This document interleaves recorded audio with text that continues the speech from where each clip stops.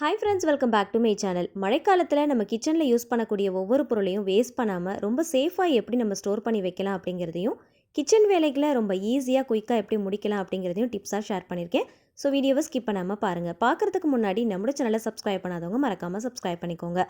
கூடவே இருக்கிற பெல் ஐக்கனையும் கிளிக் பண்ணிக்கோங்க. அப்போ தான் நான் போடக்கூடிய வீடியோஸ் உங்களுக்கு நோட்டிஃபிகேஷன் வரும், நீங்கள் மிஸ் பண்ணாமல் பார்க்கலாம்.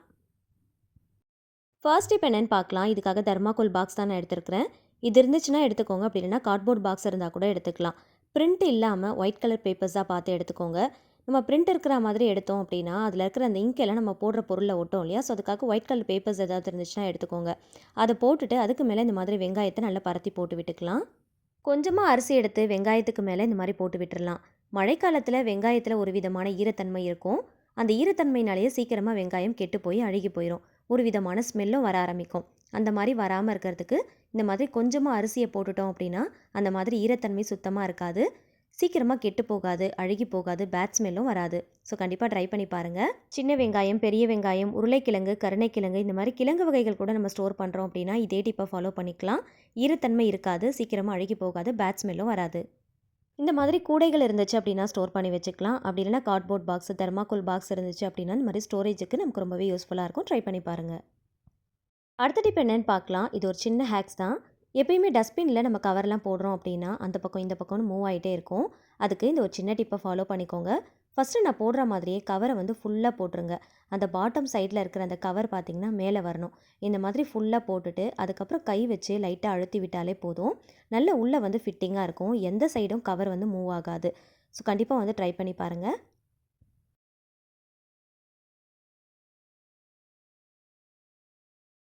அடுத்த டிப் என்னென்னு பார்க்கலாம். இதுக்காக ஒரு டிஷ்யூ பேப்பர் தான் எடுத்துருக்கிறேன். இதை ரெண்டாக வந்து மடிச்சுட்டு இது உள்ள ஒரே ஒரு பூண்டை வச்சு நல்லா வந்து மடித்து எடுத்துக்கோங்க.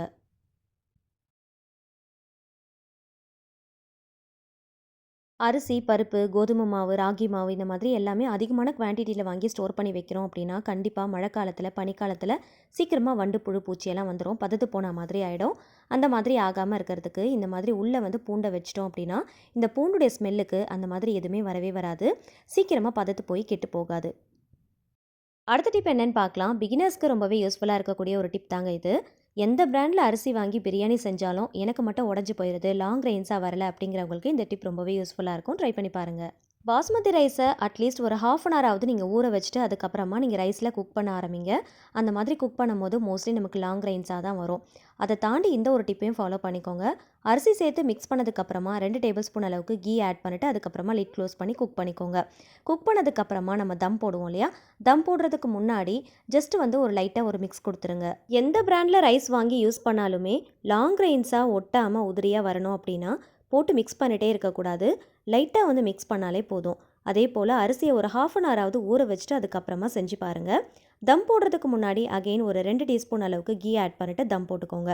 ஸோ இந்த மாதிரி குட்டி குட்டி டிப்ஸ் எல்லாம் ஃபாலோ பண்ணி செஞ்சீங்க அப்படின்னா நீங்கள் செய்கிற பிரியாணியோ இல்லை எந்த ரெசிபியாக இருந்தாலும் நல்ல உதிரியாக நல்ல லாங் ரைன்ஸாக வரும். கண்டிப்பாக ட்ரை பண்ணி பாருங்கள். பிகினர்ஸ், பேச்சுலர்ஸ்க்கு கண்டிப்பாக இந்த டிப் ரொம்பவே யூஸ்ஃபுல்லாக இருக்கும்.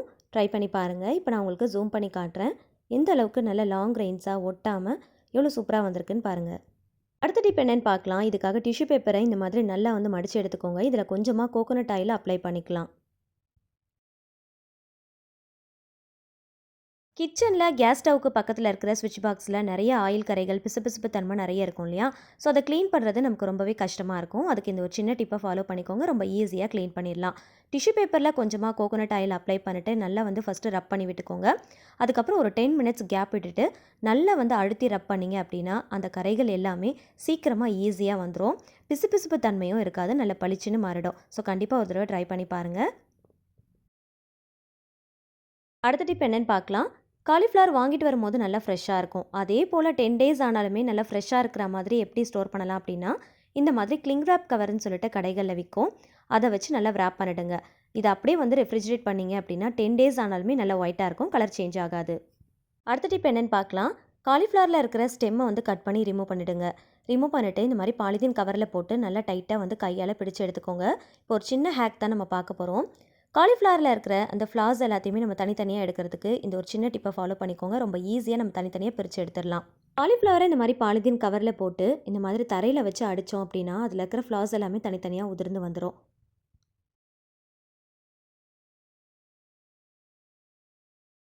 காலிஃப்ளவரில் ஸ்டெம் ரொம்ப திக்காக இருக்கிறதுனால கட் பண்ணுறது ரொம்ப ஹார்டாக இருக்கும். ஸோ தனித்தனியாக கட் பண்ணுறதுக்கு பதிலாக இந்த மாதிரி செஞ்சோம் அப்படின்னா அதுவே தானாக உதிர்ந்துடும். ஸோ நமக்கு சமைக்கும் போது ரொம்ப ஈஸியாக இருக்கும். சமைக்கிற டைமில் நம்ம எடுத்து அவசர அவசரமாக கட் பண்ணுறதை விட ஃப்ரீ டைமில் இந்த மாதிரி செஞ்சுட்டு இதை அப்படியே வந்து நம்ம ரெஃப்ரிஜரேட் பண்ணிட்டோம் அப்படின்னா நம்ம சமைக்கும் போது ரொம்ப ஈஸியாக எடுத்து சமைச்சிடலாம். கண்டிப்பாக ட்ரை பண்ணி பாருங்கள். அடுத்த டிப் என்னென்னு பார்க்கலாம். ஆப்பிளை ஃப்ரிட்ஜில் வைக்காமல் வெளியிலேயே வச்சு எப்படி ஸ்டோர் பண்ணலாம் அப்படிங்கிறத பார்க்கலாம். ஆப்பிளுடைய காம்பு பகுதி தட்டில் இருக்கிற மாதிரி திருப்பி வச்சாலே போதும். 10 டேஸ் ஆனாலும் கெட்டு போகாது, நல்லா ஃப்ரெஷ்ஷாக இருக்கும். ஃப்ரிட்ஜில் வைக்கணும் அப்படிங்கிற அவசியமே இருக்காது. எந்த சீசனாக இருந்தாலும் இப்படி வச்சு நீங்கள் ஸ்டோர் பண்ணலாம். ஒன்று மேலே ஒன்று வைக்காமல் இந்த மாதிரி நல்லா ஸ்ப்ரெட் பண்ணி வச்சுக்கோங்க. அடுத்த டிப் என்னென்னு பார்க்கலாம். இதுக்காக பழைய ஸ்டீல் ஸ்க்ரப்பர் தான் நான் எடுத்திருக்கிறேன். கூடவே பருப்பு கடையிற மத்தும் எடுத்திருக்கிறேன். இந்த மத்து இல்லை அப்படின்னா சப்பாத்தி கட்டை இருந்துச்சு அப்படின்னா அது கூட நீங்கள் எடுத்துக்கலாம். புதுசாக தொடப்பெல்லாம் வாங்குறீங்க அப்படின்னா மறக்காமல் இந்த ஒரு சின்ன டிப்பை ஃபாலோ பண்ணிக்கோங்க. ரொம்பவே யூஸ்ஃபுல்லாக இருக்கும். தொடப்பை வாங்கின உடனே கவர்லேருந்து எடுத்து யூஸ் பண்ண ஆரம்பிச்சிட்டோம் அப்படின்னா அதுலேருந்து தூசி கொட்டும். அதனாலே நமக்கு வீடு பெருக்கின மாதிரியே இருக்காது. நமக்கு 2 வேலை இருக்கிற மாதிரி இருக்கும். அதுக்கு இந்த ஒரு சின்ன டிப்பை ஃபாலோ பண்ணிக்கோங்க. கவர்லேயே வச்சு இந்த மாதிரி மத்தை வச்சு நல்லா அடித்து விடுங்க. மத்து இல்லை அப்படின்னா சப்பாத்தி கட்டை கூட நீங்கள் யூஸ் பண்ணிக்கலாம். இந்த மாதிரி கவரில் வச்சு நல்லா அடிக்கும் போது அதில் இருக்கிற தூசி எல்லாமே அதில் அப்படியே கொட்ட ஆரம்பிச்சிரும். இப்போ பாருங்கள், ஓரளவுக்கு அதில் இருக்கிற தூசி எல்லாமே நல்லா வந்து கவருக்குள்ளேயே வந்து கொட்டிருச்சு. இப்போது கவர்லேருந்து நம்ம வெளியில் எடுத்துடலாம்.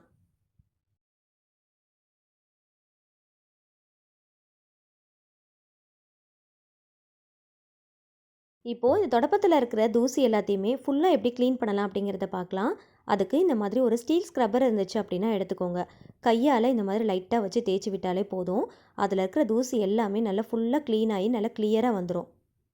பருப்பு கடையிற மத்து, கட்டை இதெல்லாம் வச்சு அடித்து அதில் இருக்கிற தூசியெல்லாம் நம்ம க்ளீன் பண்ணும்போது ரொம்ப போட்டு அடிச்சிட்டோம் அப்படின்னா உள்ளே இருக்கிற அந்த குச்சி எல்லாமே தனித்தனியாக உதிர்ந்து வந்துடும். ஸோ ஓரளவுக்கு அடித்து அதில் இருக்கிற தூசியெல்லாம் நம்ம க்ளீன் பண்ணிவிட்டு அதுக்கப்புறம் இந்த மாதிரி ஸ்க்ரப்பரை வச்சு தேய்ச்சோம் அப்படின்னா ஃபுல்லாக எல்லாமே வந்து அப்படியே உதிர்ந்து வந்துடும். தொடப்பம் வந்து நல்லா க்ளீன் ஆகிடும். ஒரு புது தொடப்பம் வாங்குகிறோம் அப்படின்னா ஒரு வாரத்துலேருந்து 10 நாள் வரைக்கும் அதுலேருந்து தூசி கொட்டிகிட்டே தான் இருக்கும். ஸோ அந்த வேலை வந்து நமக்கு ரொம்ப அதிகமாக இருக்கிற மாதிரி இருக்கும். வீடும் வந்து பெருக்கின மாதிரியே இருக்காது. அதுக்கு இந்த மாதிரி சின்ன சின்ன டிப் எல்லாம் ஃபாலோ பண்ணிக்கோங்க. ரொம்ப ஈஸியாக இருக்கும், நல்ல க்ளீனாகவும் இருக்கும்.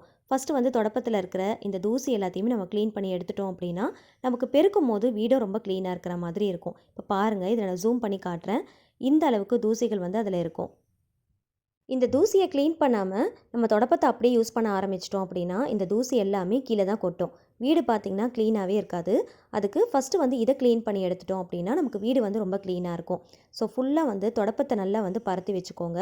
கையால் நல்லா விரிச்சிட்டு இந்த மாதிரி வச்சு நல்லா வந்து தேய்ச்சி தேய்ச்சி விட்டோம் அப்படின்னாலே போதும். தொடப்பத்தில் இருக்கிற குச்சிகள் வந்து கலண்டு வராது. தொடப்பத்தை நல்லா விரித்து வச்சுட்டு இந்த மாதிரி லைட்டாக தேய்ச்சி விடுங்க. அதில் இருக்கிற தூசி எல்லாமே தானாக வந்துடும். அதுக்கப்புறம் நம்ம யூஸ் பண்ணுறது ஈஸியாக இருக்கும். இந்த தொடப்பத்தில் பாருங்கள் எந்த அளவுக்கு இருந்திருக்குன்னு. ஒரு சில தொடப்பத்தில் அதிகமாகவே இருக்கும். ஸோ இது எல்லாமே வந்து வீட்டில் கொட்டுச்சு அப்படின்னா நமக்கு க்ளீன் பண்ணுறது ரொம்ப கஷ்டமாக இருக்கும் இல்லையா? ஸோ நம்ம ஃபஸ்ட்டே க்ளீன் பண்ணிட்டோம் அப்படின்னா நமக்கு ரொம்ப ஈஸியாக இருக்கும். கண்டிப்பாக ட்ரை பண்ணி பாருங்கள். புது தொடப்பம் வாங்கினா கூட இவ்வளோ விஷயம் தெரிஞ்சு வச்சுக்கணும். அப்போ தான் நமக்கு வேலைகள் ரொம்ப ஈஸியாக இருக்கும். ஸோ கண்டிப்பாக அந்த வீடியோ பிடிச்சிருக்கும்னு நினைக்கிறேன். பிடிச்சிருந்துச்சுன்னா மறக்காமல் லைக் பண்ணுங்கள். ஃப்ரெண்ட்ஸ் அண்ட் ஃபேமிலிஸ் கூட ஷேர் பண்ணிக்கோங்க. நீங்களும் ட்ரை பண்ணி பார்த்துட்டு மறக்காமல் ஃபீட்பேக் ஷேர் பண்ணுங்கள். இந்த மாதிரி யூஸ்ஃபுல்லான ஹேக்ஸ்லாம் தெரிஞ்சுக்க என்னோட சேனலை மறக்காமல் சப்ஸ்கிரைப் பண்ணிட்டு தொடர்ந்து சப்போர்ட் பண்ணுங்கள். Thank you so much. கீப் வாட்சிங்.